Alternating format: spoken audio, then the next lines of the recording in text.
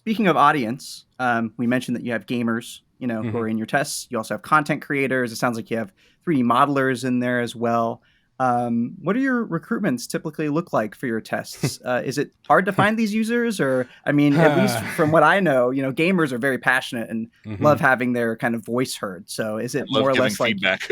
Like they love it. Feedback. Yeah, they love it. I'm a gamer too, right? Like, I get it. So, finding people for my program is actually almost comically easy. That is somewhere I never have to struggle. There is a wealth of areas to draw gamers from. If we're looking at strictly gaming, tons, right? There's tons of community discords. There's tons of Reddit areas, even just social. Maybe this is a little bit of a tangent, but one of the things I really like to do is when we have a user that's, we'll say irate, a user that's irate, very unhappy. One thing I like to do is work with social teams, and they will kind of forward me like, hey, like we have an irate user. Do we have like a fix for this or whatever?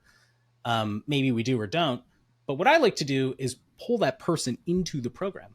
Like, hey, instead of channeling this out there into really kind of the void or directly at our support teams, come into the program and I'll message them directly and say, like, come in here.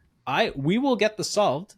I will give you a driver, and you can tell me whether or not it's fixed.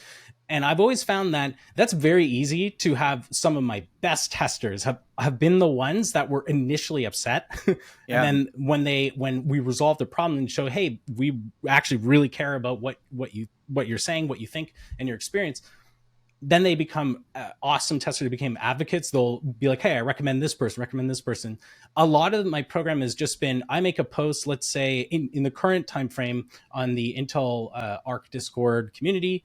And we say, hey, we're looking for some testers. And it's just like the applicants, they just start like flow. It's crazy, right? So I would say that content creators and 3D modelers, there's certainly less of them. So I get less applicants, but the flow of how I onboard and sort of that journey for somebody that's interested to becoming a tester is almost always the same. So I would say that I almost never struggle with this because there are millions of people to draw from, especially in gaming. Especially gaming, because if you think about it, like they've established their community online, right? But fitness trackers and fitness people, not necessarily. Or say smart TVs. There's far fewer people out there that are like, this is. But gaming has a online presence. They've established where their community is, and it's very well known where you could find specific types of gamers. Yep. So that's a funny thing, and it speaks to the maturity of your brand and the industry that you're in, and your program as well. Because there's plenty of people that struggle with finding testers, but once you unlock that problem, there's, like you said, just a cascade of other problems that come once you have testers. Like I need right ones or I mean, I get so many applicants. I can't keep the scale up with the demand. So I do feel bad that some people don't get accepted for whatever reason. And I have to sort of throttle the amount of people that can be in a program at any given time. But of course, that does help with the scaling plans and future plans. And I always have these things in mind to scale, obviously, right? So a program like mine is, because it's iterative testing, basically. It's almost purely Delta. And it has a very long life cycle, which is almost indefinite. And with the amount of people that apply that are interested, it's sort of like doesn't end.